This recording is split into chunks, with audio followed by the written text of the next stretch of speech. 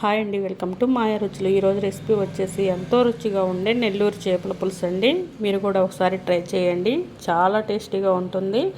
ఒకసారి కనుక ఇలా చేశారంటే లొట్టలు వేసుకుంటూ శుభ్రంగా తినేస్తారు, అంత టేస్టీగా ఉంటుంది. ఇంకెందుకు ఆలస్యం, ఈ రెసిపీ అనేది ఎలా చేసుకోవాలో ఈరోజు వీడియోలో చూద్దాం. వీడియోని ఎక్కడ స్కిప్ చేయకుండా చూడండి. ముందుగా ఒక బౌల్ తీసుకొని దానిలోకి చింతపండు నానబెట్టుకోవాలండి. నేను కేజీ-పావు చేపకి చింతపండు ఎంత వేసుకోవాలో చూపిస్తున్నాను. 100 గ్రాముల చింతపండు వేసుకొని ఒకసారి కడిగి హాట్ వాటర్ పోసుకొని నానబెట్టుకోండి. చింతపండు తొందరగా నానుతుంది. ఇలా నానబెట్టుకొని పక్కన పెట్టేసుకోండి. ఈలోపు కూరకి అన్నీ రెడీ చేసేసుకుందాం. ముందుగా ఇలా కేజీ-పావు బొచ్చు చేప తీసుకొని శుభ్రంగా ఉప్పు వేసి బాగా కడిగి పక్కన పెట్టేసుకోవాలి. ఇప్పుడు కూర ప్రిపేర్ చేసుకోవడానికి వెడల్పాటి గిన్నె తీసుకొని దానిలోకి 1 టేబుల్ స్పూన్ అల్లం వెల్లుల్లి పేస్ట్ వేసుకొని చేప ముక్కలన్నీ ఇలా వేసుకోవాలండి. ఏ చేపలతో అయినా చేసుకోవచ్చండి. నేనైతే బొచ్చు చేప తీసుకున్నాను.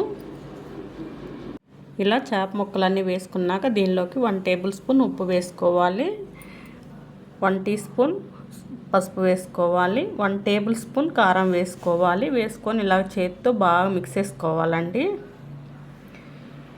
ఇలా బాగా మిక్స్ చేసుకున్నాక 2 ఉల్లిపాయలు ఇలా మిక్సీలో గ్రైండ్ చేసుకోవాలండి. ఇలా గ్రైండ్ చేసుకొని ఈ ఉల్లిపాయ పేస్ట్ని కూడా దీనిలో వేసుకోవాలి. ఇలా ఉల్లిపాయ పేస్ట్ అంతా వేసుకున్నాక దీనిలోకి ఒక ఉల్లిపాయ కట్ చేసుకొని వేసుకోవాలండి. ఇలా నిలువుగా కట్ చేసుకొని ఇలా నలుపుకొని వేసుకోండి.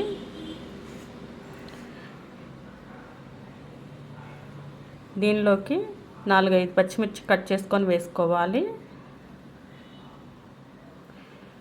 ఒక టమోటా కూడా ఇలా కట్ చేసుకొని వేసుకోవాలండి.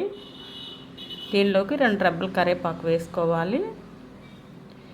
ఇలా పచ్చి మామిడికాయ తీసుకొని ముక్కలుగా కట్ చేసుకొని వేసుకోవాలండి. ఇలా ముక్కలుగా కట్ చేసుకొని వేసుకోవాలి. పైన చెక్కు తీయవసరం లేదండి, ఇలా ముక్కలుగా కట్ చేసుకొని వేసుకోండి. లోపల టెంక్ అనేది వేసుకోవచ్చు, వేసుకోకపోవచ్చు. నేనైతే వేస్తున్నాను. దీనిలోకి 2 టేబుల్ స్పూన్ ఆయిల్ వేసుకోవాలి. వేసుకొని మనం ముందుగా నానబెట్టుకున్న చింతపండుని ఇలా బాగా పిసికి దీనిలో గుజ్జు తీసుకొని పోసుకోవాలండి. ఇలా చింతపండులోని గుజ్జు అంతా తీసుకొని పోసుకోవాలి. ఇలా మొత్తం గుజ్జు పోసుకొని ఇప్పుడు స్టవ్ మీద పెట్టుకొని స్టవ్ వెలిగించుకొని ఉడికించుకోవాలి. గంటితో ఒకసారి ఇలా కిందకి పైకి మిక్స్ చేసుకోవాలండి. ఇలా చిన్నగా మిక్స్ చేసుకొని మూత పెట్టుకొని ఉడికించుకోవాలి. ఇలా అన్నీ కలిపి పెట్టుకున్నాక స్టవ్ మీద పెట్టుకొని ఉడికించుకోవాలండి. చాలా బాగుంటుంది చేపల పులుసు.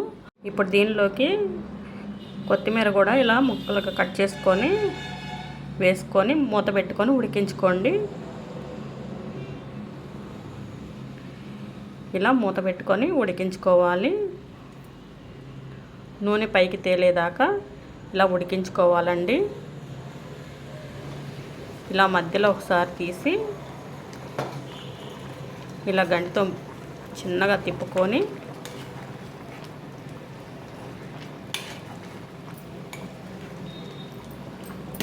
మళ్ళీ ఒకసారి నాప్కిన్ తీసుకొని ఇలా తిప్పుకోవాలి.